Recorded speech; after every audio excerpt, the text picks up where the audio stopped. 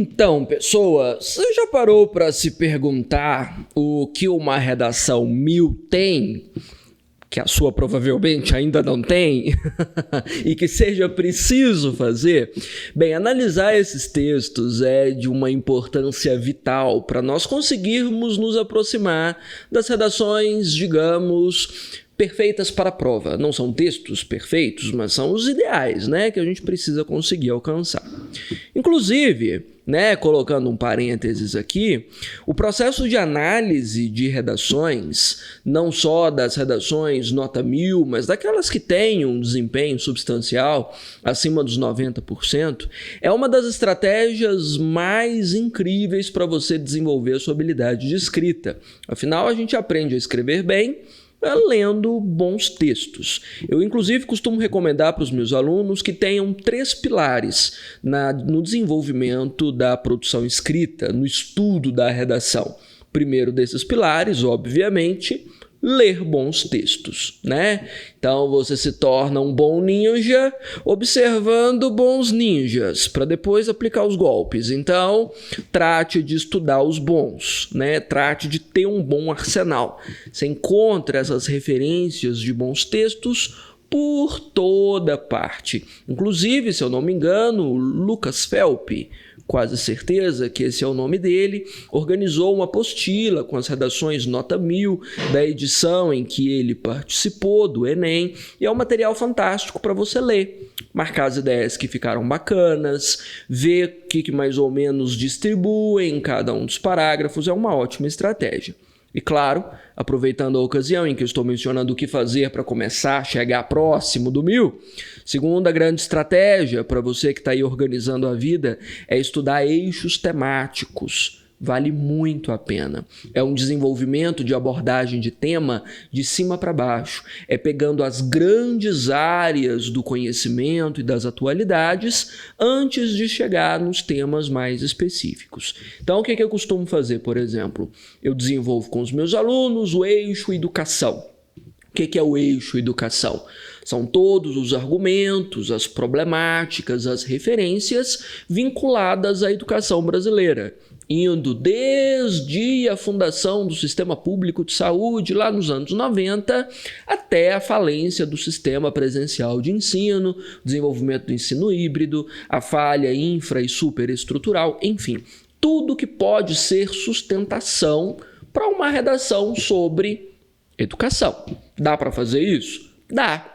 Dá para você levantar uns 6, 7 argumentos que podem ser usados para todos os temas vinculados à educação? Dá. Isso é fantástico, porque você começa a desenvolver uma bagagem de referências fixa que você pode aplicar em todos os temas, de modo que nenhum tema durante a sua prova seja surpresa para você. Se você, por exemplo, estudou o eixo educação, você consegue escrever desde a alfabetização de jovens e adultos até, por exemplo, a estrutura do EAD. Você vai ter referências para tudo. Então é uma boa maneira de começar a estudar a redação.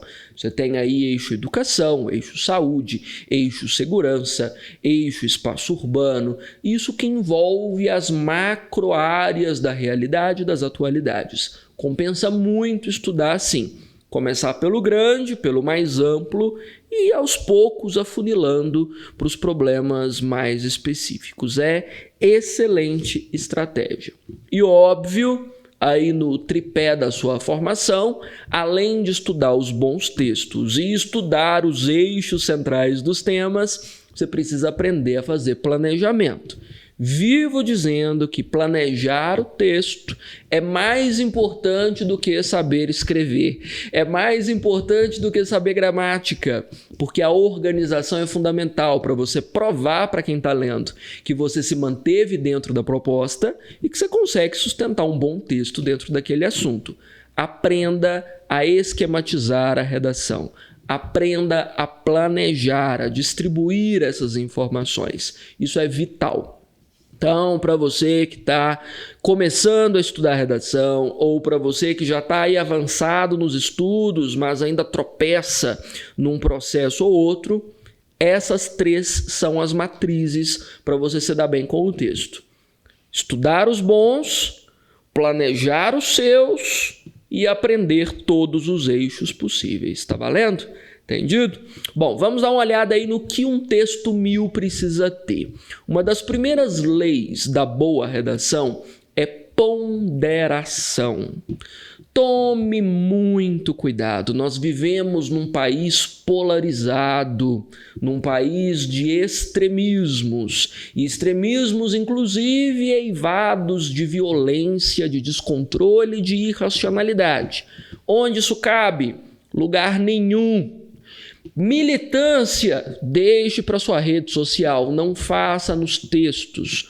Texto é lugar de análise, redação é lugar de ponderação. Não há espaço para extremismos, nem para jogar pedras no político A, B ou C, no partido D ou E, não. Da mesma forma que não é lugar de traçar julgamentos polarizados. Você deve dizer isso é válido, isso não é, mas ponderado. Para essa ponderação, os modalizadores são um bom recurso.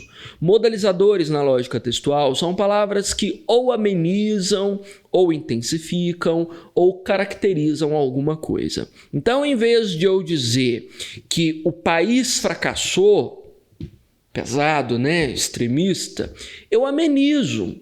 O país parece ter fracassado. Há indícios de um fracasso. É possível que tenha havido um fracasso ou um sinal desse fracasso. Tá vendo? É uma estratégia de eu dizer que fracassou, mas um pouco mais brando, sem tacar as pedras por completo. Essa amenização, essa ponderação é fundamental para você mostrar domínio sobre o tema. Então, quanto mais você domina um assunto, mais leve você introduz os fatos. E isso agrega demais para a qualidade do seu texto, você não tem noção. E aí você pode tanto amenizar, quanto, em vez de generalizar, como eu falei, o país fracassou, você usar um partitivo. O que é partitivo em língua portuguesa? É o que separa um grupo. Então, a gente pode dizer que uma parte considerável do país fracassou. Não estou falando que é todo mundo, estou falando que é uma parte. A maioria, grande parte, um grande número, uma grande parcela, uma fatia. É menos. E você traz os seus fatos para o texto sem pesar muito a mão. Pesou a mão, pode saber que você vai perder na argumentatividade. Na lógica do Enem, essa argumentatividade é avaliada na competência 3. E em todas as provas de concursos, de vestibulares, essa argumentatividade é muito avaliada também. Então não basta você ter a referência do pensador X ou Y, dados estatísticos, matrizes de conhecimento sólidas, o número do código de lei que fala sobre aquele assunto, se você não tiver ideias ponderadas. Veja, na própria cartilha que o Lucas Felp organizou, nas redações Nota 1000 que ele disponibilizou para nós, você encontra muito dessa ponderação. Praticamente todas as redações têm. Na redação, por exemplo, deixe-me pegar aqui da Laís Mesquita, nós temos o terceiro parágrafo dela.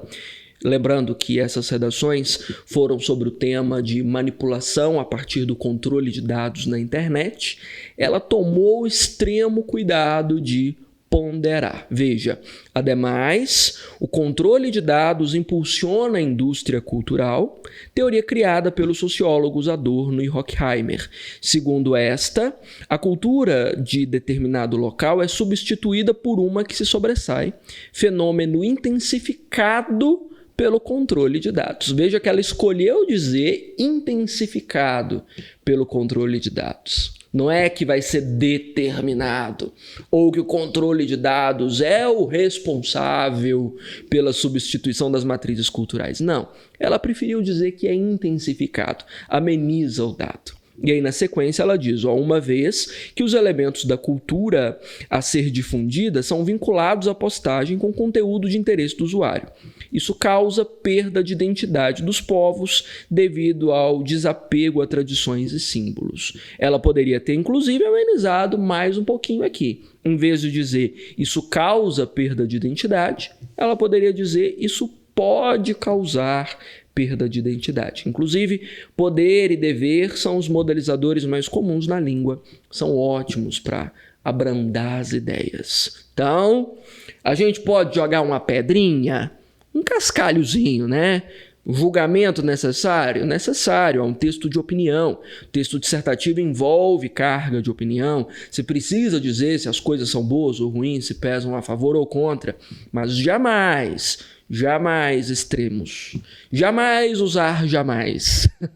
Palavras como jamais, sempre, nunca, abolidas do texto, não podem aparecer de maneira alguma. Inclusive, aproveitando a ocasião, você reparou que Dona Laís, né? Repetiu o tema? Você percebeu? Pois então, o que falávamos recentemente, pegamos as palavras do tema, você faz o que com ela? Repete. Na abertura do parágrafo, o que Laís fez? Controle de dados na primeira linha, porque as palavras do tema precisam ser repetidas, não deixe para trás jamais. E isso, obviamente, entra no segundo tópico da redação nota 1000. Obediência ao tema. Já mencionei, volto a dizer, porque eu acho que quantas vezes eu repetir isso ainda vai ser pouco, as palavras do tema precisam aparecer ao longo de todo o texto. Lembrando que não é uma palavra do tema. Lembrando que não é uma ideia geral. Todo tema envolve de 3 a 5 palavras-chave. E essas palavras precisam todas ser incluídas ao longo do seu texto. Veja que, no caso dessa redação que Laís escreveu, era a manipulação a partir do controle de dados dos usuários na internet. Tinha no mínimo umas 4 palavras-chave, que eu obviamente devo ter falado aqui agora fora de ordem, mas eram no mínimo umas 4. Você precisaria envolver isso tudo dentro do seu texto. Todas em todos os parágrafos? Não. Todas na introdução, isso aí é inquestionável. Você não pode deixar nenhuma palavra-chave fora da introdução. É praticamente transcrito, é praticamente copiado. Tem que vir, você tem que copiar. Nem que você tenha que copiar a frase do tema na abertura do texto. Tem. Lembra quando a tia da 3ª série mandava você fazer resposta completa? Que você precisava copiar um pedaço da pergunta para elaborar a resposta? É isso. Na redação do Enem, você ainda está na 3ª série e você precisa fazer resposta completa. Pegue a frase do tema, transcreva para o seu texto. É vital. E não se esqueça, por favor, que o seu corretor tem no máximo 5 minutos para lidar com o seu texto. Então não me venha com sinônimos. Não me venha tentando deixar o tema subentendido. Não há tempo e não há disposição dos corretores para tentar adivinhar o que você deixou nas entrelinhas. Você precisa ser objetivo. A correção é rápida.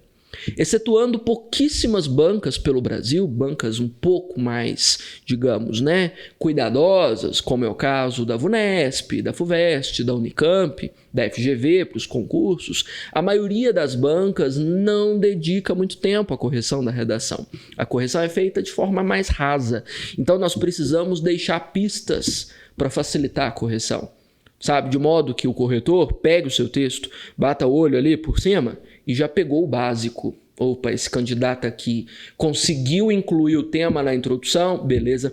Ele tem um repertório por parágrafo de desenvolvimento, beleza. A conclusão dele tem todos os itens necessários, beleza, 1000 próximo. É assim. Não há uma correção cuidadosa, como, sabe, os professores aqui debruçam meia hora em cima de um texto analisando detalhe por detalhe. Não é rápido. É ágil. Então, essas pistas precisam ser construídas, são estratégias. Por isso, inclusive, você deve ter visto aí muitas redações que não são lá, um texto machadiano, Não tem, assim, um quê de Nobel da Literatura, nem foi para a Academia Brasileira de Letras. É um texto básico, é um texto simples, mas que funcionou. Porque ele lança mão dessas estratégias. Lançou mão disso, você pode ter certeza que a nota é alta. Uma dessas estratégias vitais é a obediência ao tema. Tome cuidado com isso. Então, sempre sugiro, escreveu o parágrafo? Ótimo. Volta e lê. Observa, o tema está lá. Está escrito. Você usou realmente as palavras do tema? Você debateu o assunto do tema? Não parece que está muito óbvio que eu estou falando sobre o tema. Faz de novo. não pode ficar sem o tema. É o critério principal, certo? Toda redação nota 1000 tem o tema inserido em todos os parágrafos e integralmente mencionado na introdução. Na mesma redação da Laís, sobre a qual eu falei agora, se encontra isso nos próximos parágrafos. Veja aqui, no parágrafo anterior, ela ainda traz, olha, em primeira análise, a restrição do acesso a informações. Acesso a informações era parte do tema, por meio da disponibilização ao usuário era parte do tema, apenas daquilo que está associado a conteúdos que foram bem avaliados por ele. As consequências disso foram mostradas em um episódio da série Black Mirror, tal. E aí, mais pro final, ela volta para falar sobre influenciar comportamentos negativamente. Sobre influência, que era parte do tema. O tema está mencionado em tudo, está repetido em tudo. É repetitivo, sim, e é preciso que seja repetitivo. Esqueça a estética. Estética não está em jogo. Segundo ponto, terceiro ponto, estou perdendo as matemáticas já. Terceiro ponto vital para um texto nota 1000. Repertório real. O que eu quero dizer com repertório real? Para de decorar a frase da internet. Para de trazer repertório para-choque de caminhão. Aquela frase de efeito, aquelas máximas maravilhosas que você quer encaixar, que você quer enfiar no texto por tudo quanto é lei. Não funciona. Só enche linha, não enche nota. E nós estamos preocupados com nota, eu acho, não é? Não é com linha preenchida. Então não me apareça no texto com para-choque de caminhão. Segundo Kant, a educação é o que traz a civilidade ao homem. Pelo amor de Deus, traga o que tem a ver com o tema. Então significa, como eu dizia há pouco, que você precisa ter estudado pelo menos os eixos temáticos, para você ter acesso a repertório real sobre aquele assunto. Obviamente, aqui, para uma redação sobre manipulação de dados e controle do usuário na internet, houve um estudo prévio, pelo menos, do eixo tecnologia ou do eixo cybercultura. O candidato não precisa necessariamente ter estudado sobre manipulação de dados. Na verdade, a maioria não estudou, porque era um tema, na época, imprevisível. Mas ele sabia sobre tecnologia. Veja que a mesma redação de Dona Laís tem repertório real. Veja, o segundo parágrafo tem o quê? Black Mirror, que é uma série, para você aí desinformado, que trata sobre o processo de influência da tecnologia na vida das pessoas. E ela explica.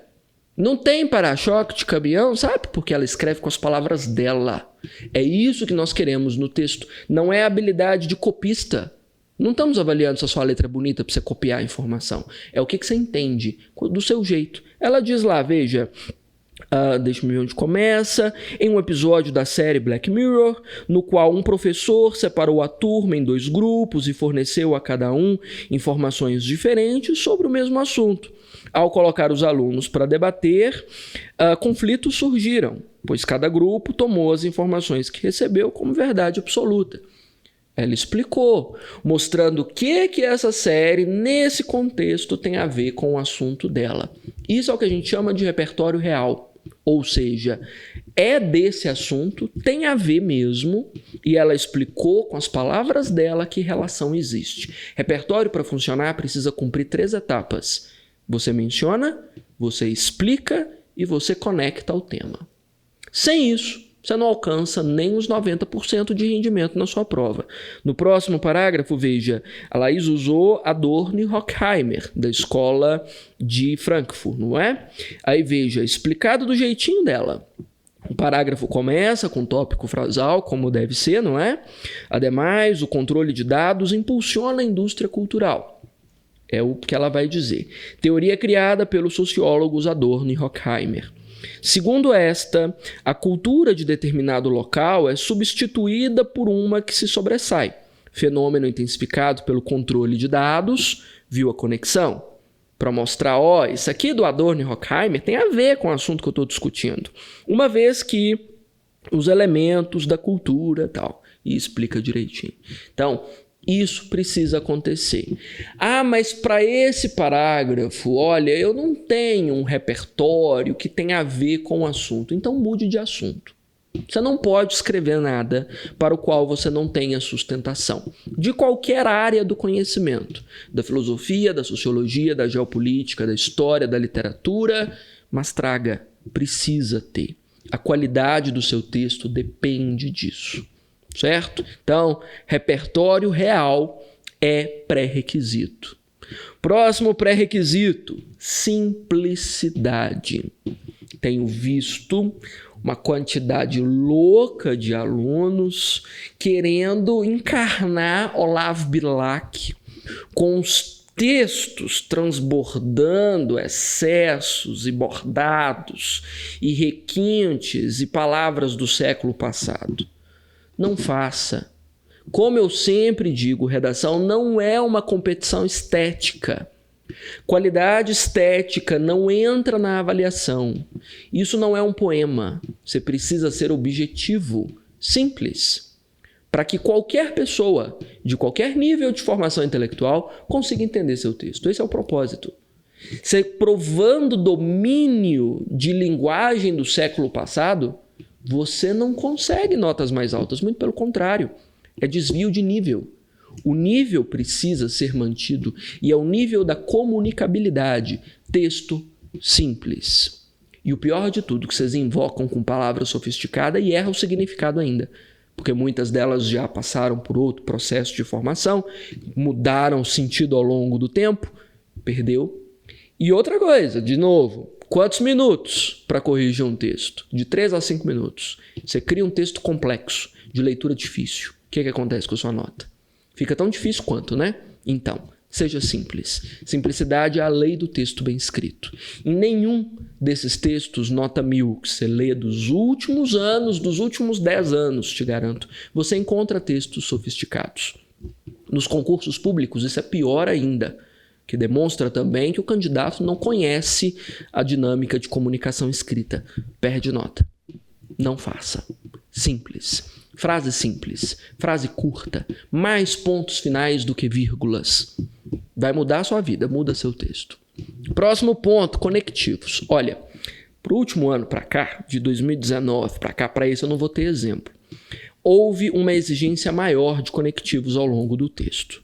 Eu acho horrível, particularmente, porque é necessário que você traga praticamente um conectivo para a abertura de cada frase. Precisa ter. Se você quiser, inclusive, vou disponibilizar por aqui uma lista desses conectivos para você ter de guia do seu lado, para você escrever. Mas é exigência, tem sido exigência. Então é necessário que você traga uma overdose de conectivos para sua redação. Pelo menos um para a abertura de cada um dos períodos do seu texto. Nessa listinha que você vai ter acesso, tem aí praticamente um mapa do texto, né? Com onde você coloca cada um dos conectivos em cada um dos parágrafos. É necessário. Isso é uma mudança de 2021. É uma mudança para as redações de agora. Tome cuidado. Sem essa alteração, no caso do Enem, sua competência 4 vai despencar um bocado. Eles consideram que a sua habilidade de organização do texto é menor.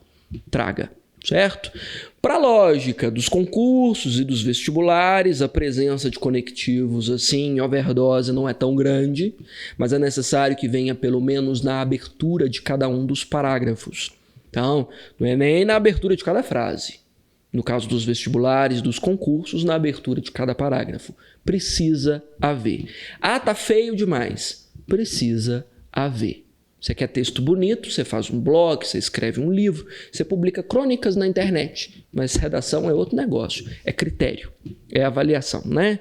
Então, despenque conectivos aí. É preciso. Certo? Além disso, problematização não pode faltar. Por favor, entenda de uma vez por todas que redação é um problema. Não é só um problema porque você precisa fazer, mas é um problema da realidade, é uma questão polêmica que você precisa mostrar, que você precisa julgar. Todas as redações precisam deixar claro por que é um problema. Como afeta a vida das pessoas. E não é só escrever, esse tema é um problema. Não, não é só isso. É explicar por quê. Vamos dar uma olhada em alguma que traga isso? Das últimas, que tiveram nota 1000, vamos ver como isso vem na introdução do texto. Temos aqui a dona redação de dona Isabela Campolina. Veja, em meados do século XX, durante o período da Segunda Guerra Mundial, contextualização. Foi desenvolvida a internet. Até agora não tem um problema. A princípio, tal ferramenta tinha como objetivo facilitar a comunicação bélica e, por isso, era restrita a um determinado grupo de pessoas. Ainda não tem um problema. Entretanto, após o término da guerra, a internet foi difundida e alcançou novos públicos. Eita, ainda não tem um problema. Além disso, foram atribuídas novas funções à ferramenta que contribuíram para a sua popularização. Tá chovendo molhado, não precisa disso, cadê o problema? Atualmente, a tecnologia virtual faz parte da vida da maior parte da população brasileira, seja para lazer, seja para trabalho.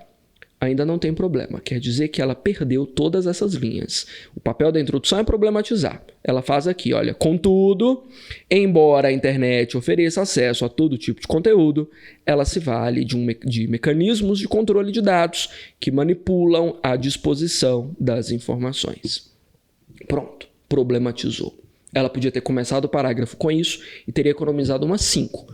Não perdeu nota, mas também não ganhou com esse início. Problematizou, pelo menos. Essa problematização, envolvendo as palavras do tema vital, precisa aparecer. Onde? Onde ela fez, na introdução. Mais cedo, de preferência, para não perder espaço. Ela trocou, de lugar a contextualização com a problematização. Tá tudo bem, mas problematize. E depois esse problema é reforçado ao longo de todo o texto. Início do segundo parágrafo. Em primeiro plano, o sistema econômico capitalista corrobora o problema. Tem problema. Ademais, o falho sistema de ensino no que diz respeito às novas tecnologias contribui para a ocorrência do problema. Tá falando de problema, tá vendo? Tem problema. Estamos falando de problema, sempre. Ponha isso na sua cabeça, de uma vez por todas. Além disso, penúltimo ponto, exemplificação. Não basta só ter o repertório. Você precisa ter verdade, você precisa ter exemplo, você precisa ter o mundo real no seu texto. Onde isso acontece? Onde isso se aplica? Como dá para ver isso no mundo atual?